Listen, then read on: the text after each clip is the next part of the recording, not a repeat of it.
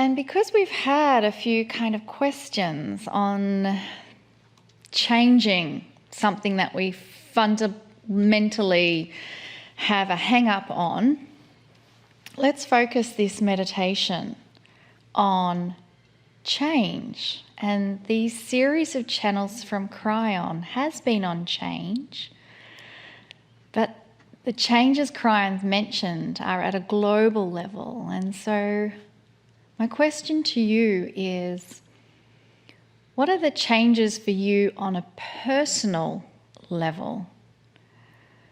What beliefs are you clinging to or holding on to that perhaps no longer serve you anymore?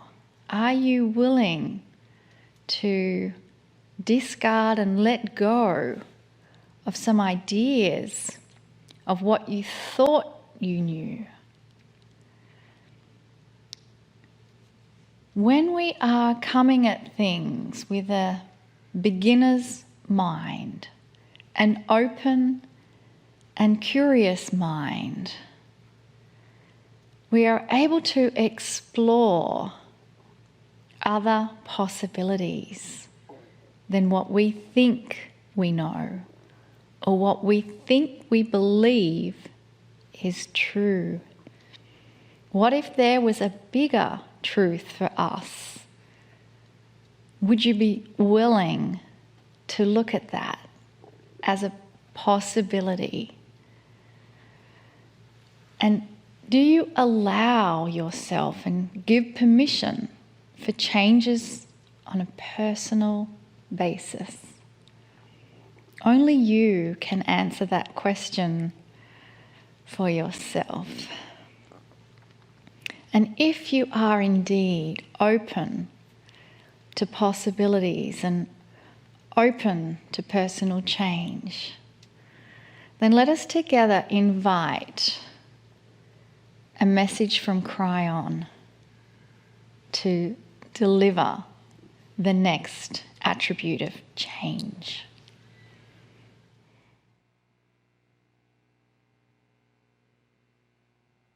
Greetings, dear ones. I am Kryon of Magnetic Service. This is the 4th channel of the month. The subject is change. We have gone through several things regarding change, not all of them, attributes, you might say, that are now starting to happen on this planet. We're not going to tell you anything that hasn't already occurred to some way or in some element of discovery. The change, mostly, is consciousness. And we have given you some examples that the change that is here is not a surprise, that is actually expected and coordinates with the precession of the equinox and so many of the messages that have been given to you by the indigenous. So here you sit in an expected change time, and the first thing that happens is COVID. You have to say, is it related? And we've given the answer now many times. Indeed. Having stopped the earth, practically, it's like stopping the factory so that it can retool. It's like stopping other things so that you can see what was there.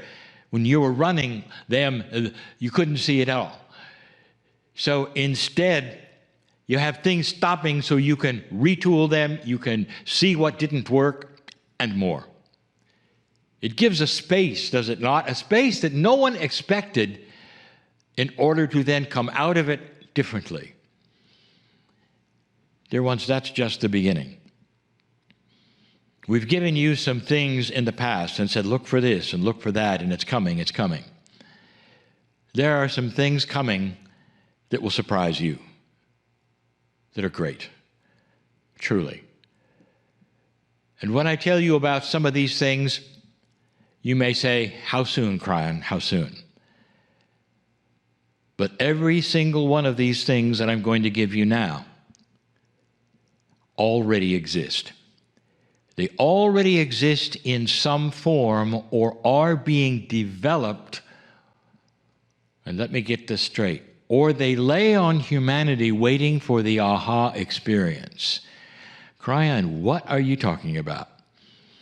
I will go back again and say to you, if you haven't heard it before, have you noticed that major inventions that have changed the culture of the planet always seem to happen all at once all over the globe?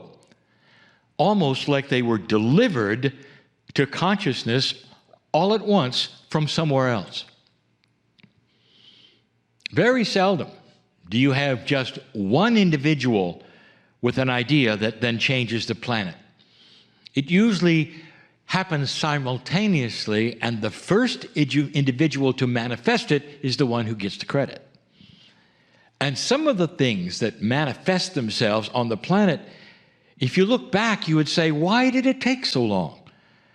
How is this possible?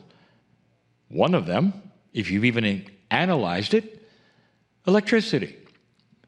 How long has this been obvious to you in so many ways? Whether it's static when you move your feet on certain substances, or whether it's lightning in the sky, why did it take until only a couple of 100 years ago or a little more for it really to be looked at and said, I wonder if this can be used? All at once, there were others on the planet who were working on this, dear ones. Flight is another one. The Chinese flying kites, they knew about wind for 3,000 years. Why weren't those gliding in the sky using the updrafts and understanding the purpose of wings and all of that, even without powered flight? Even today, you see those who leap off mountaintops without powered flight. Where was that? It should have been intuitive. You watch the birds, you fly kites. And it took till the Wright brothers. That wasn't that long ago. And they only beat the French by 2 weeks. Do you see what I'm saying? Inventions that change the earth culturally happen when it's time.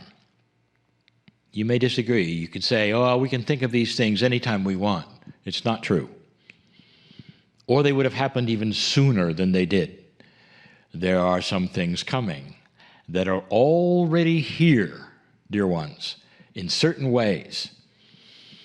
I want to tell you about them. Some have heard this before. I'll start with some things that are not high-tech.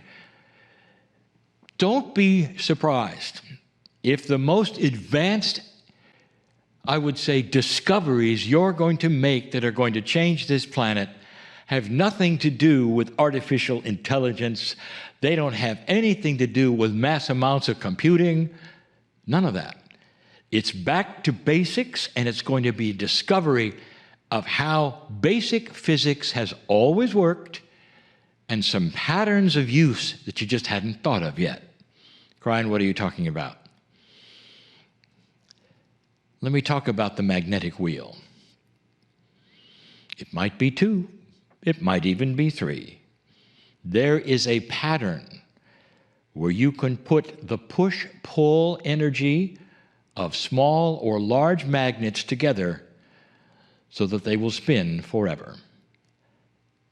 You're aware, are you not, that magnets, very powerful, natural magnets, very powerful, they push and they pull. Put them together in an array where they will push and pull against each other, like some kind of a little engine, where they will always go, and they will go, and they will go forever. All you have to do is oil the bearing occasionally. Have you thought of that? If you can have a circle that spins on an axis, you can make electricity. I want you to think of something, and I'll just go right to it. Imagine no batteries. Cryon, what are you talking about? You've got to have batteries. Wow. What if the battery was replaced by a tiny, miniature, spinning magnetic motor? For instance, in your phone. So there was no such thing as not being able to call because your battery is dead. Or any other device that you have right now that has a battery. Oh, how big can they get? Well, let's go to the next step up.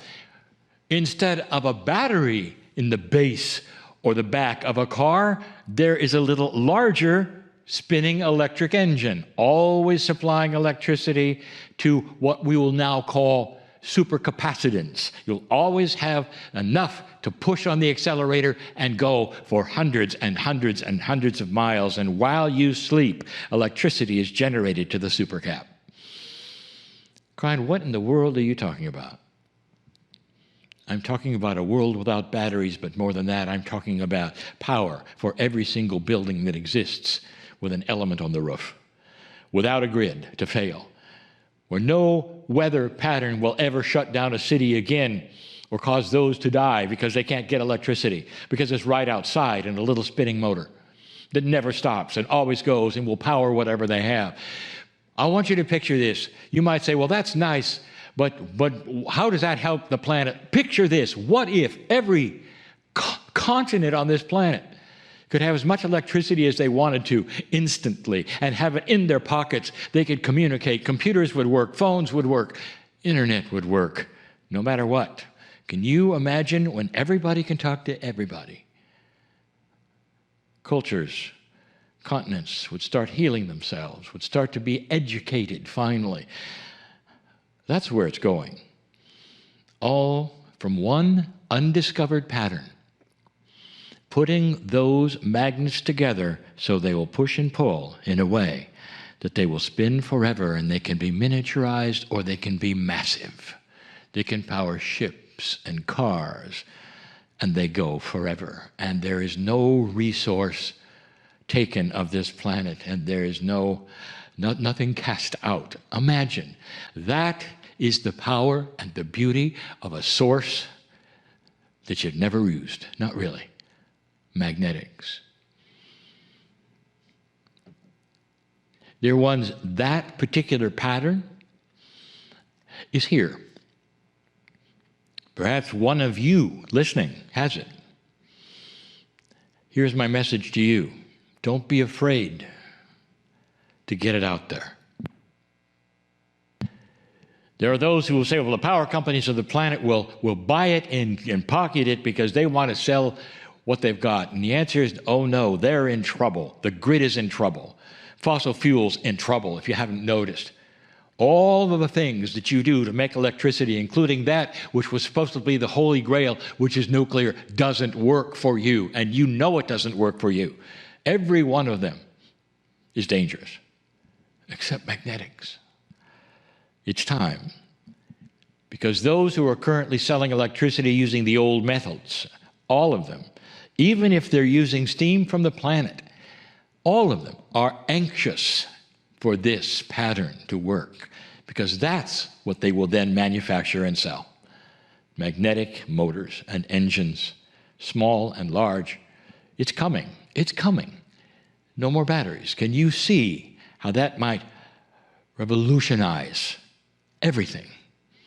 Educating the planet. Let me give you my favorite one. There are things that this body of yours does that has only to do with consciousness, nothing else.